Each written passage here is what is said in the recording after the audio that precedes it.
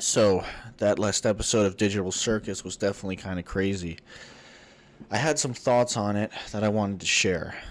So, I've seen a couple other YouTubers talk about their theories on it, and, kind of upset about how all of the fan speculation was thrown away in a way that, like, now, where's the story going to go? We just don't know. We don't know anything because Kane just lied about it all. So,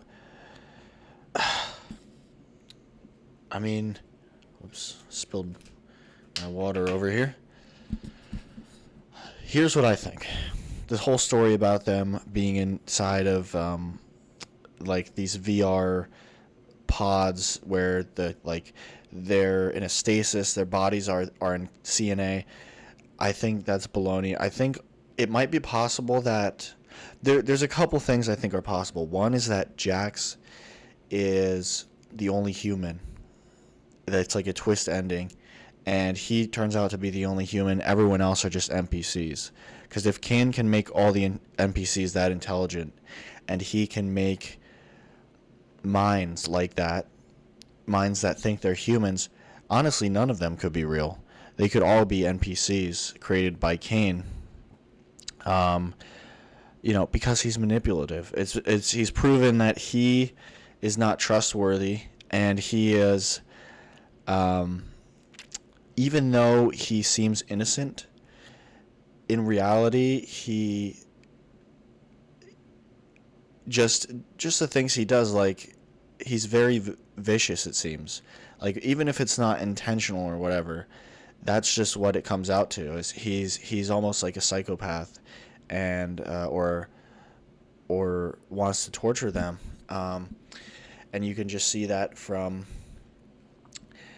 the way he had one of the demons talk to Kinger, saying, where's your wife, Kinger? And then also, the whole trick he played, obviously, in episode 7.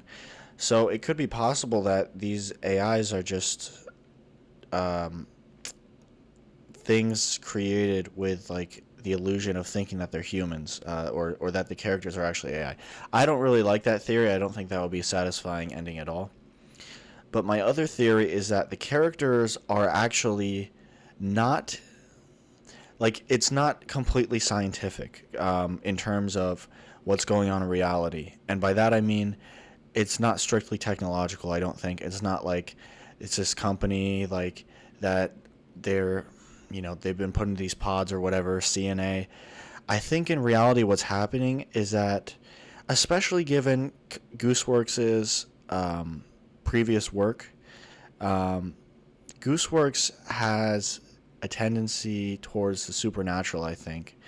And, things like analog horror, creepypastas, that's the kind of vibe I get from Goosebumps, from Gooseworks' earlier work.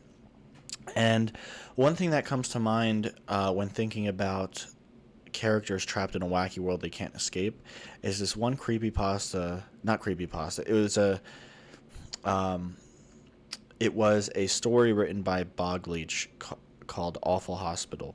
It was a webcomic, and I liked it. It was a good webcomic. I think it's still going. I haven't been keeping up, though. But the whole thing with that is that it's a supernatural occurrence that's affected the entire planet, actually. And it seems like it could be the case that with Digital Circus, instead of being their minds uploaded to the cloud, it's this supernatural entity that has somehow put this curse on them, or has trapped them inside of this world that resembles a 90s computer game and has these kind of similar physics to it, but in reality,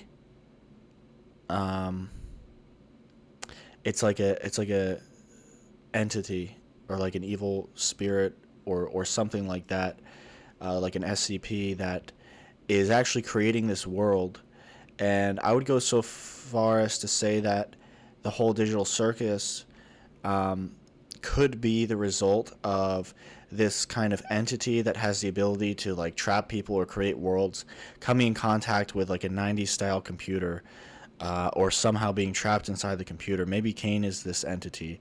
Kane isn't human, it seems, but is Kane really an AI, or is Kane like some alien or supernatural creature?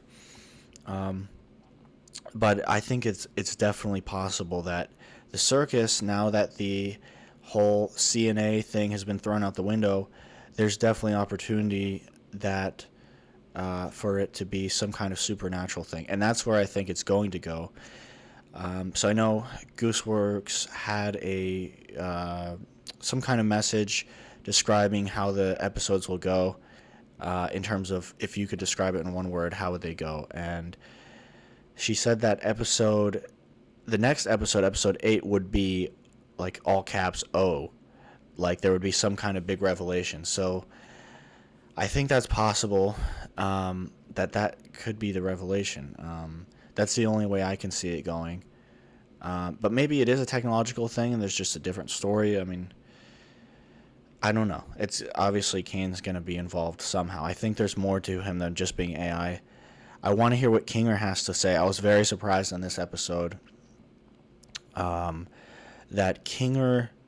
I honestly thought that Kinger was going to betray them. I saw a screenshot that Gooseworks posted on her X page, I think, where it was kind of like this console, and Pomni was like, Kinger was it looked like Kinger was like approaching on Pomni, trying to take control of the console from her. But in reality, in the show, of course, it was just he was just offering to, obliviously offering to press a button. But it seems that, and the characters mentioned them putting their trust in Kinger.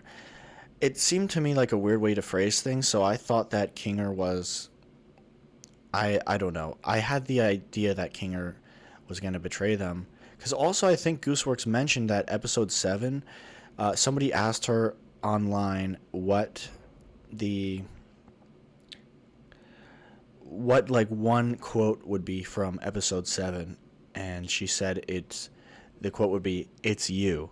And to me that made me think of a possibility of betrayal, like some kind of revelation, like it's you, you're the one who created the circus, or you're the one who's been behind this the whole time, something like that. But I don't think that was actually said in the episode or used in that context at all. So yeah, but overall I was really happy with episode 7. I think it's one of my favorite episodes, definitely, although the ending wasn't happy and it was really kind of like a punch in the gut.